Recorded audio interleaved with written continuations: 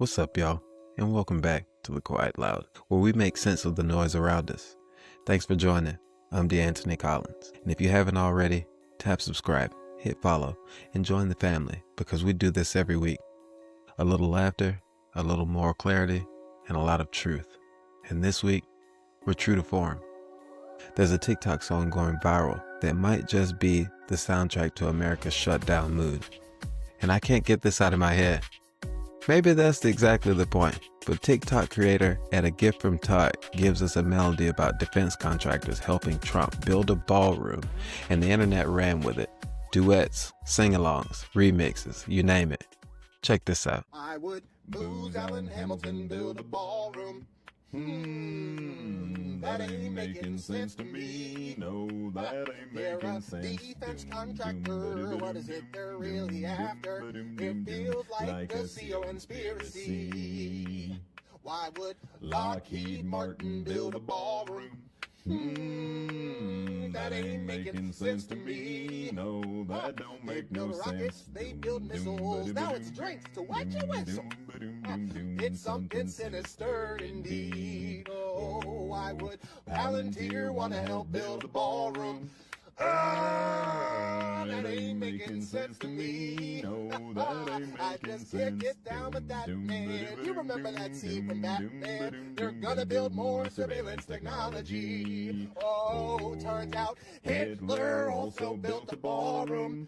Oh, are we surprised? Now it's making sense to me. Oh, now it's making when sense. stuff hit the fan, that's the place that they all ran. And it turns out that Trump has the exact same plan. God! And it's not just a joke, it's a signal. We mentioned Booz Allen Hamilton. They're a consultancy whose business is nearly 100% federal contracting. Lockheed Martin is a giant aerospace firm awarded tens of billions in defense work.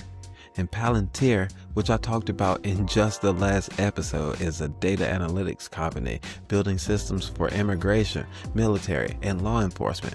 I mentioned how they are infamous for this software that enables them to get inside of a person's phone or device without you even knowing. So, without any kind of phishing scam or malware to click on, they can just get inside of your device without you even knowing. They can track where you are and where you're going, who it is you're talking with, okay? Incoming and outgoing. So it's crazy, all right? These three companies donated millions, okay? Sizable sums to the Trump White House and their planned $300 million ballroom project. Meanwhile, Trump is posting about his, quote, most beautiful ballroom ever built. And this is happening at the exact moment SNAP benefits are on the verge of collapse for nearly 42 million Americans. What a joke, man. Because while TikTok's laughing about who's building the ballroom, Washington is still arguing over who's gonna unlock the front door. Let's get into the countdown. 5 weeks in, and this shutdown is now officially tied for the longest in U.S. history. And with who else? None other than Trump himself, who had another very long shutdown during his first administration. More than 3.2 million airline passengers have now been caught in delay after delay as controllers call in sick. Some U.S. airspace could soon even close entirely if the crisis deepens any further. Meanwhile, the House of Representatives remains out of session and lawmakers are off the floor. Negotiations stalled. And this is Mike Johnson's attempt at shielding Donald Trump because he's got a lot of things to hide. He wants to fold in all of his economic woes into this shutdown. He wants to hide from the Epstein files, and we all know why. Okay? It's time to start calling it what it is. The speaker says he's holding firm, and federal workers say they're holding out. And SNAP benefits and payments for millions have been delayed. Flight operations are crumbling and economic losses are mounting. We'll see how long his resolve can hold. Economists estimate that the GDP could hit or exceed 14 billion. Trump calls that, quote, strategic savings. But for tens of millions, it feels like a stopped clock with no rewind. And when the mechanism of government shuts down, people don't just lose paychecks, they lose faith in the entire process. But that's what they want. They want you to think government is failing so that they can have a cause to say government doesn't work. We don't need so much government or any government. Just let my rich buddies and myself take care of everything. We know what to do. We know how to make money. But guess what? Trusting them makes sure that you won't see a dime. Okay? So let's talk a little bit about Election Day 2025. This week's elections didn't just pick governors. They issued a verdict. A verdict on what the public thinks about this current Trump administration and what they're doing in our country. In Virginia, Abigail Spanberger won on the message of what Doge was doing and the rising cost of living, becoming the state's first woman to be elected governor. In New Jersey, Mikey Sherrill helped deliver a Democratic trifecta for the first time in over a decade. In California, voters backed Proposition 50, a sweeping map redraw aimed at flipping up to 5 congressional seats. And over in New York City, Zoran Mamdani soundly defeated both Andrew Cuomo, a Trump-endorsed independent who used to be the Democratic governor of New York State, and Republican Curtis Sliwa. Trump posted, quote, "Total victory in New York," all caps, you know how he does, before the results were even certified. And that's his style. The claim of triumph precedes the actual count. Because in 2025, the post goes live while the ballots are still being counted. And this just isn't about wins and losses. It's about the story being told before the story even ends. And we've seen how that goes. While millions of families waited for their benefits, the White House threw $1 million Gatsby-themed Halloween party at Mar-a-Lago. It had fountain champagne, flapper bands, and women dancing in martini glasses. Rumors say that taxpayers may have footed the bill of the cost, while the donor list includes companies with deep federal contracts. I didn't see any of us there. I didn't get an invitation. I wouldn't have gone to a gaudy Mar-a-Lago anyway. But Trump called it, quote, "a celebration of the American spirit," leading Governor Gavin Newsom to respond, quote, "he doesn't give a damn about you."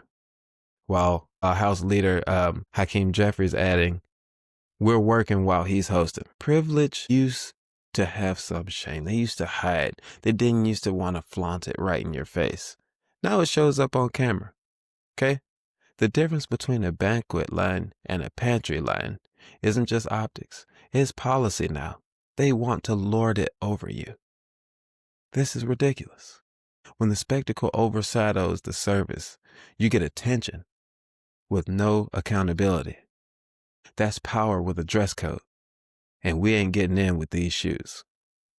Okay, while thousands wait for checks, some people got off the hook with no questions asked. President Trump has issued more than 24 pardons and commutations to donors, operatives, and insiders. And among them, Changpeng Zhao, otherwise known as CZ, is the founder of Binance. He was pardoned just a couple of weeks ago after being convicted of enabling money laundering linked to terrorist entities. After doing so, in a 60 Minutes interview, the president claimed, "I don't know the guy." Hypocrisy is the default when the accusation becomes a confession. This is what Trump does. Do something that everybody sees and knows that you have done, and then deny having done it altogether. Who are you going to believe, me or your lying eyes? I mean, come on, guys. But now we can see that people are starting to pay attention to this, okay?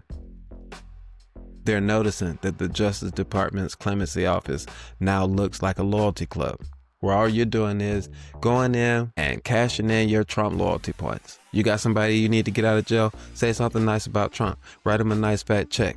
We'll figure it out. Several of the recent commutations followed lobbying by contractors with active defense and tech deals. On social media, Trump calls the department men, quote, "patriots wronged by the deep state." But the pattern isn't about rescuing the innocent. It's about rewarding the already rewarded. No RSVP for earning, just membership by favor. For the rest of us, keep paying attention, The guest list is being decided behind closed doors, and like I said, I haven't seen any of us in there. But in the Supreme Court this week, justices pressed whether the president's tariffs powers violate constitutional limits. Now, he chose not to appear, saying that he didn't want to be a distraction. When has that ever been the case? But at the same time, his Treasury Secretary, Scott Bessent, called the case, quote, an economic emergency. The court simply asked, is this a legitimate trade policy, or is it a rewriting of the separation of powers? Because the power to tax is one that belongs with Congress. So how is it that the president is deciding on what should be the powers of the purse that reside with Congress? The government doesn't seem to have a good answer for that question. So let's hope that the court bends toward the Constitution when they come back with their response, and who knows how long that could be. So we'll just have to buckle up and stay tuned, because the stakes, not just trade policy, but how our government shares power in this country. And they should be thinking about preserving power and the authority of the judiciary as well. Every day in this country now is starting to feel like Mad Libs. You fill in a crime, you go and spin the press, and then you rewrite the ending on Truth Social or whatever the place is. You're making laws by loyalty. Commerce becomes coercion. You're using it to get more favors, to pay off favors. And it seems that though this is happening, the lenses through which we watch are sharpening, and people are finally starting to pay attention. I'm so hardened by these elections, but I'm also a little bit nervous because now Trump knows how much he can lose come 2026.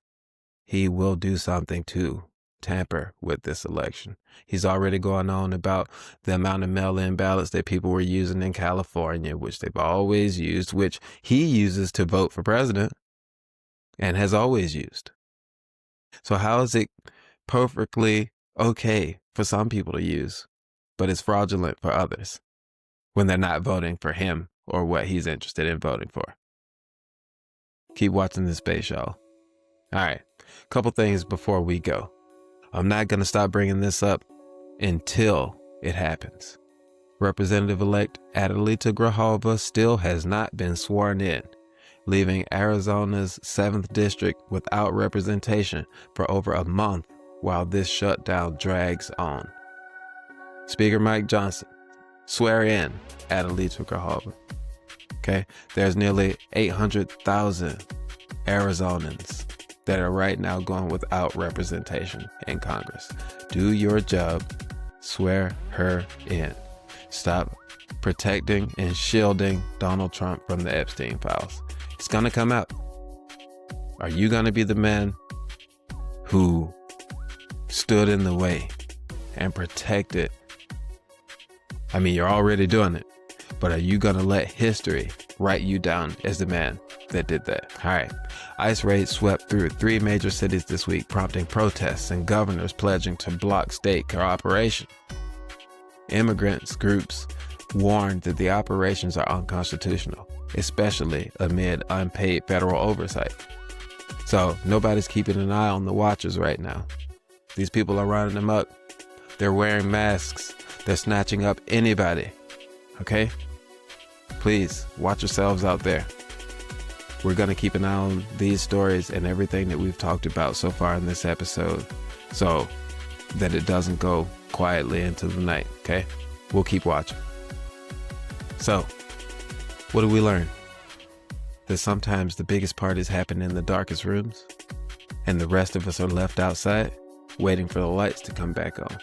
If you laughed, learned, or even rolled your eyes with me tonight, please hit subscribe, share this episode, and tag The Quiet Loud. And as always, I always ask you guys, please be loud in your listening and be real in your truth. I'm DeAntony Collins, and this has been The Quiet Loud. Y'all take care.